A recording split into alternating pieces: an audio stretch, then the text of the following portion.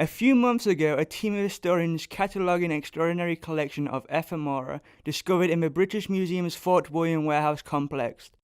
In a neglected room with a yellowing label tat we shouldn't have bought and are now legally unable to get rid of, made an extraordinary find.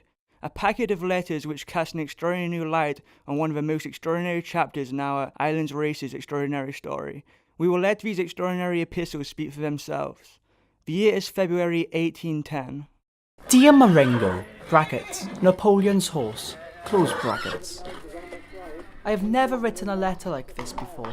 You probably get hundreds of them, and this one might never arrive anyway, because of the war's smiley face. But I would never forgive myself if I didn't send it, so here it is. I have seen pictures of you. You are literally an oil painting. I don't know how you could look so amazing with that dumpy Napoleon on your back. My name is Copenhagen, because I am out of Lady Catherine, who was in foal of me at the Battle of Copenhagen. Which is ironic because I am not a warhorse, but you are. I am dark brown, and I am by John Bull, out of a mare, by the Rutland Arabian, and also by Meteor, who was the son of the mighty Eclipse. You are an Arabian too, aren't you? Maybe we are distant cousins even. That doesn't matter for horses, of course. I am only 2, and you are at least 12, but that also doesn't matter for horses, as you know. Anyway, people tell me I look older than 2. I am a racehorse. It is so lucky that I didn't become a warhorse, or we'd have been mortal enemies, and that would be a nightmare. The word nightmare always makes me think of lady horses that want to seduce me. Lady horses, or mares, are always trying to seduce me. They don't get very far. Maybe you are only interested in lady horses, brackets, mares, close brackets. But when I saw the pictures, my equine gaydar pointed due southwink. I hope you reply. Love, Copenhagen, kiss kiss, hoofprint. Dear Copenhagen, what a rare pleasure to receive a letter from a frisky young thing such as yourself. You are quite mistaken to believe that I am the recipient of many such overtures. The pasture of fame is a lonely one, as very few have the courage to approach an animal of my standing. It is one of the great sadnesses of my position, and I am moved that you have written to break my isolation, and with such rare enthusiasm. I must, however, correct you on a few misapprehensions. You speak with generosity of my appearance, but the pictures do flatter. Most importantly, I am not, in fact, a horse. At 14 hands 1 inch only, I am technically a pony, though I am taller with my mane fluffed up. This has put off suitors in the past, and I will understand if you are amongst them. Equally, it is with some pain that I note your reference to my dear Napoleon as dumpy. He and I are perfectly to scale. Napoleon, I am sure, does not have a fair reputation on the racecourses of Britain because of the war, but my affection for him could not be greater. Indeed, I am proudly branded with his initial and a crown just above my gaskin. Know that if we are to pursue this correspondence, I will never renounce Mr. Napoleon. He has too much need of me. I must admit I am concerned about my master. He should be brimming with happiness and pride. He is the greatest military leader this world has ever seen. But ever since he was excommunicated, he has been moping. He and the Pope were involved in a dispute over who owns Rome. Napoleon told the Pope to go to Paris, and the Pope told Napoleon to go to hell. I do not think Napoleon would mind hell so very much. He is the bravest of men, but he needed the Pope to divorce him from that buck-toothed putain, Josephine. So he kidnapped the Pope, and the Church had a mysterious change of heart and granted the divorce. But now Mr. Napoleon does not know what to do with him. It is all a little embarrassing. Now, this is all terribly serious, and you are a mere lad of 2. I do apologize, my dear Copenhagen. I very much hope that none of this causes you to reconsider your regard. I confess I was quite delighted with your letter and the sentiments within. Your lively manner appeals to me greatly. I cannot say how greatly, and it is with some relief that I note you are a racehorse, as it would be much to my distress were we to meet on opposing sides on the battlefields of Europe. With warmth and hope, Marengo. Dear Marengo, when I got your letter, I was like, oh my horsey god, you are amazing with words. I had to use a dictionary for excommunicated. Don't worry, I am not stupid. It's just I've always had to put buck learning second place to my athletic career. Racing is bloody amazing, and it's all I've ever wanted to do. But it's a difficult environment to be a gay horse in. It is testosterone everywhere you look. Presumably it's even worse for warhorses. Thank the horsey god again that I am not one. Also, don't worry, I am not a size queen smiley face. In fact, my first was a pony. He was called Twinkle. He told me that I have a very strong tail, which is something gay horses use to do something. It would be impossible to describe how nice it is to humans.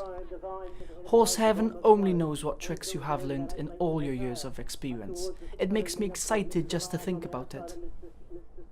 Anyway, you were so honest about your size, so I must be totally honest too. However hard I train, which is bloody hard quite frankly, I do not have a great turn of speed. Yesterday, I ran a quarter mile in 30 seconds, like some kind of donkey. All the other horses laughed at me. I am really stressed out about it. I am a stayer though, brackets, not just in races, wink, close brackets. And I hope that I will break into longer races after this year when I'm officially 3, even though I am a younger 3, because you have to remember that all horses get arbitrarily given the same birthday, which is January the 1st. Oh wait, you don't have to remember because you are also a horse. I will not be horrible about Napoleon again. It is not being horrible to him to say that in the pictures of you, he is not the one that makes me have to lie down on cold wet grass, or I would have an accident. I hope he is feeling better, but I worry that if he is, you will have to go to war in the peninsula. Our top guy there is called Viscount Wellington. My stablemate Thunderclap out of the Stormfront by death to the French, I'm sorry, but that's his name, is obsessed with wars. He's totally jealous I'm called after battle, actually. He says it is an insult to the memory of the fallen that I am not more patriotic. Anyway, I used to think Thunderclap was cool because he's by far the beta horse of our stable, and, as you know, the horse alphabet starts with beta. Thunderclap came second in the 1000 Guinness last year. He finished moments after his half-brother Lightning out of Stormfront by "you cannot change the laws of physics." But all he ever does is tease me for being slow. He's not cool, he's a bully. The thing is, it is hard to ignore him because he is so bloody beta all the time. He says Wellington is amazing and all the French will be inevitably crushed. I'm scared that you will be hurt. That makes me sound silly, doesn't it? I bet it does. I'm sorry. Anyway, it was amazing to hear from you, and I am literally pawing the ground with impatience, dreaming of your reply. Love, Copenhagen. Kiss, hoofprint, kiss kiss. Dear Copenhagen, my heart leapt like a foal in springtime when I received your latest. I confess I was filled with apprehension lest news of my, shall we say, vertical limitations were to prove insurmountable to you. But it would seem you find them quite mountable indeed, so to speak. I blush to write such a thing. It is not my custom to be so forward, but dare I say that you inspire me? Thank you for your kind concern regarding Mr. Napoleon. I am glad to say he is in much higher spirits. I am certain that it is because he is spending more time in the saddle. I am working hard to improve Napoleon's riding. He has an almost total lack of, we call it, elegance. I think it is because his centre of gravity is unusually low, but I would rather be poorly ridden and well understood. Of course, best of all is to be well understood and well ridden, and thus my thoughts turn to your youthful vigour, dear Copenhagen. I expect us to join the Peninsular War at any moment. I am taking Spanish lessons in anticipation. Do not worry that I will get hurt. It is the risk and the glory of combat. Also, I have heard of some excellent bio-oils for reducing the appearance of scar tissue. I would not usually believe in such remedies, but these oils are extracted from snakes. Napoleon is filled with energy, his compact little body leaping about all over the place. Also, he is more constipated than usual, a sure sign that we will soon be going into battle. Thunderclap out of Stormfront by death to the French sounds as stupid as his name. In war there is no prize for coming second, and he is extraordinarily poorly informed. Your British army holds no fears for my Napoleon, who refers to Wellington as that terrified leopard. We will push the leopard out from the cat-flap of Spain. But enough war talk. Do not be concerned about your lack of velocity. Such things mean nothing to me. You describe yourself as a stayer. Clearly you are a horse of valour. On the battlefield this would make you a prize indeed. But you are not a warhorse, and I can barely imagine the life that you lead, one of sport and play and healthy competition. Pray tell me more of the race courses of England. To picture your lithe young fetlocks pounding the turf causes me quite the distraction. Yours, very distracted indeed, Marengo. Dear M, the race courses of England are muddy and wet, and the race horses of England are shits. I returned to my stable yesterday to find that Thunderclap, out of Stormfront by Death to the French, had pinned a picture of you covering the horse word for having sex with Napoleon and him smiling. I would have been smiling if it was me, but I know that's different. Thunderclap, out of Stormfront by Death to the French, says that Napoleon is not fighting in the Peninsular War because he is scared. He says that Napoleon is a show pony and does not have any bottom, the contemporary word for courage and durability. My trainer is still disappointed with me, but I am determined that this will change. The other horses like Thunderclap, out of etc., think the kind of horse we are, i.e. gay, is all flash and no bottom, but I am a stayer, not a sprinter. I will show them all my bottom in the end. Haha. I wonder how we will ever meet since I am a racehorse and you are a warhorse. Thank God I am not a warhorse though. I can't repeat that often enough. Impatiently, Copenhagen. Dear Copenhagen, so it turns out that those Spanish lessons were a complete waste of time. We are not going to the peninsula. I have written to Castanet, Don Miguel Ricardo de Alvara y Esquivel's reserve saddle horse, cancelling the rest of our sessions. Ay caramba, which is Spanish for Zuta law. I doubt I will ever leave the Tuileries again. Napoleon has sent Andre Massena to fight the war in Spain in his place. He said, keep an eye on things for me, which annoyed Massena greatly because he only has one eye. Napoleon shot the other one out by mistake. As for Napoleon, on those rare occasions that he gets out of the bath, he comes to my stable and scratches me behind the ears, saying that I'm a good old boy. Old! I am not ready for dog meat yet. But I suppose you racehorses know all about premature decrepitude. Perhaps you even have certain secret techniques or remedies to extend your vitality. These would be of no relevance to me, of course, but the subject interests me on an academic level. You and your bottom should not give Thunderclap another thought. With his doctored pictures and his jibes, he is certainly paying you plenty of attention. I believe that he is envious of our correspondence, a sentiment that I abhor. What does he look like? Vigorously, Marengo. Dear M, I thought that your letter was really open, and I was honoured you were able to confide your insecurities in me. I think it is an important moment in our relationship. My insecurities are about racing. I ran yesterday for the 10th time this year, and came second from last. If I keep this up, I'll be turned into glue.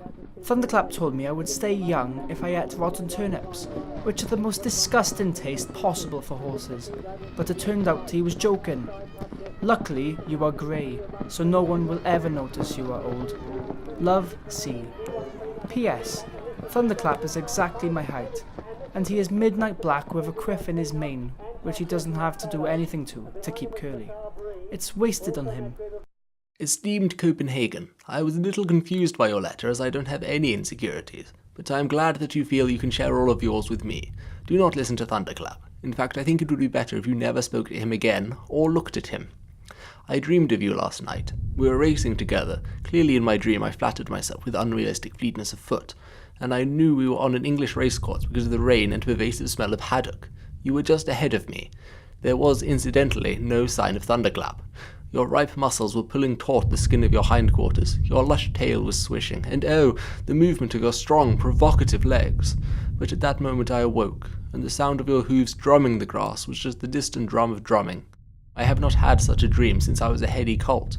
It must be because I had rotten turnips just before going to sleep.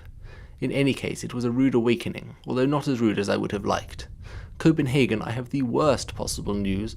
Napoleon has a new mare to ride. I speak figuratively. Napoleon would never ride any horse than me, aside from his other saddle horses, but I am his favourite.